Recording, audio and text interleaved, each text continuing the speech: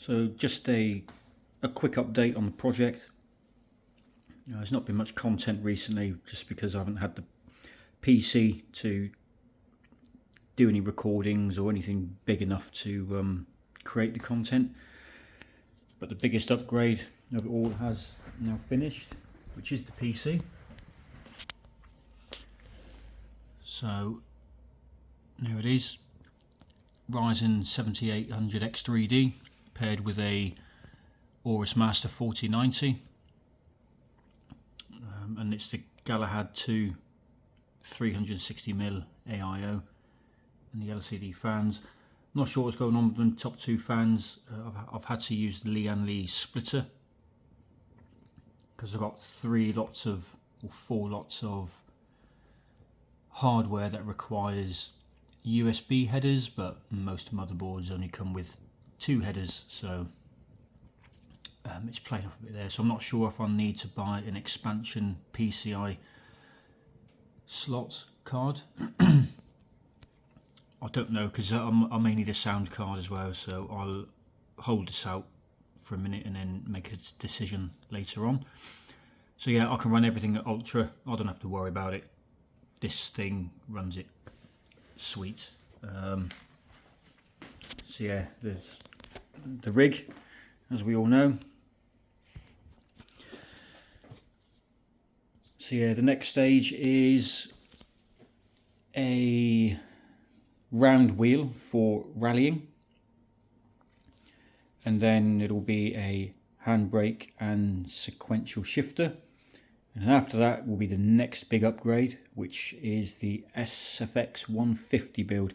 I'm going with 150 because it's got that slightly more range on it, plus I might be able to use my flight sim gear with it as well, which is the AC-10 gunship throttle and stick, and I've got some Thrustmaster rudder pedals. So I'll be looking at a way of doing a quick release or something. I'm not sure how I'll do that, but yeah, this will run DCS combat as well. But again, it's all expensive software. When you got iRacing and DCS, yeah, it becomes very expensive to use all this.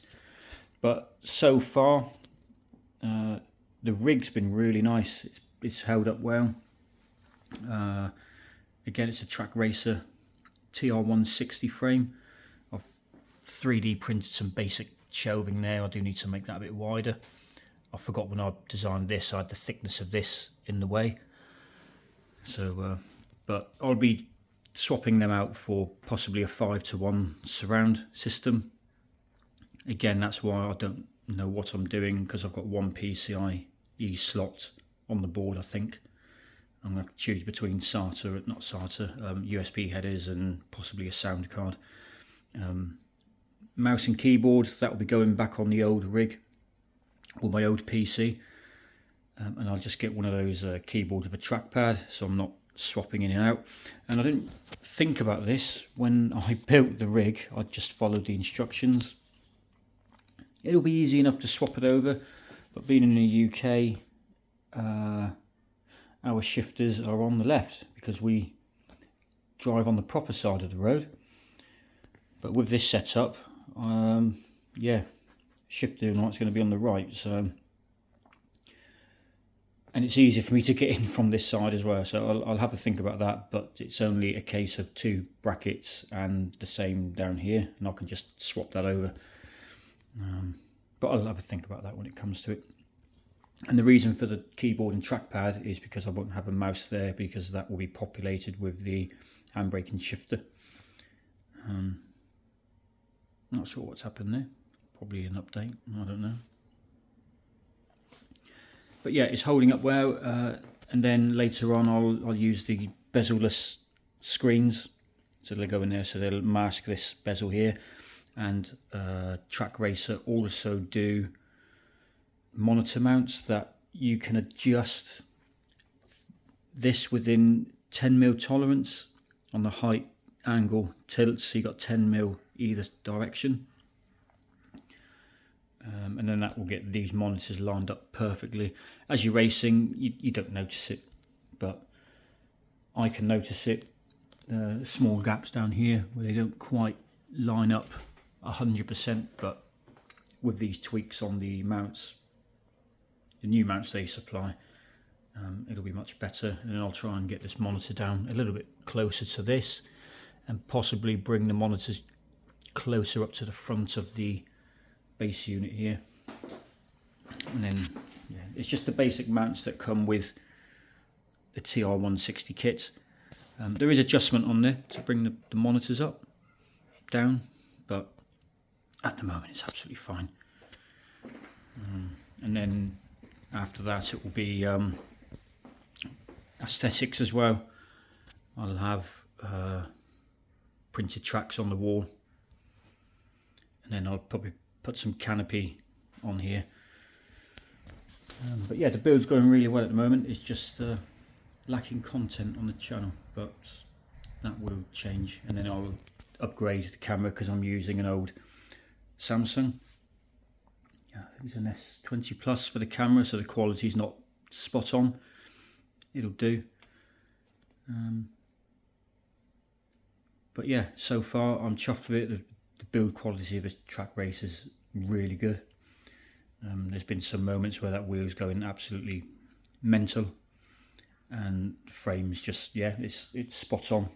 It'll handle the SFX 150 without any issue at all.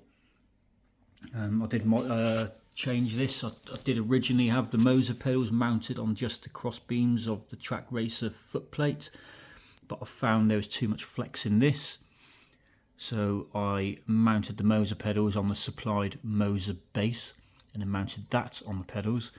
But this was irritating me a little bit, where you've got this gap. I've kind of gotten used to it now, but I do have these 3D printed blocks which I've printed off, and they will bring that flush. So this plate, they'll go on there, and that will bring that plate up, so all this is flush. But I'll fit them once I've got to strip all this down again to fit the SFX 150, and then cable management. So yeah, if there's anything you want on the channel, let me know. There will be a benchmark with the new PC.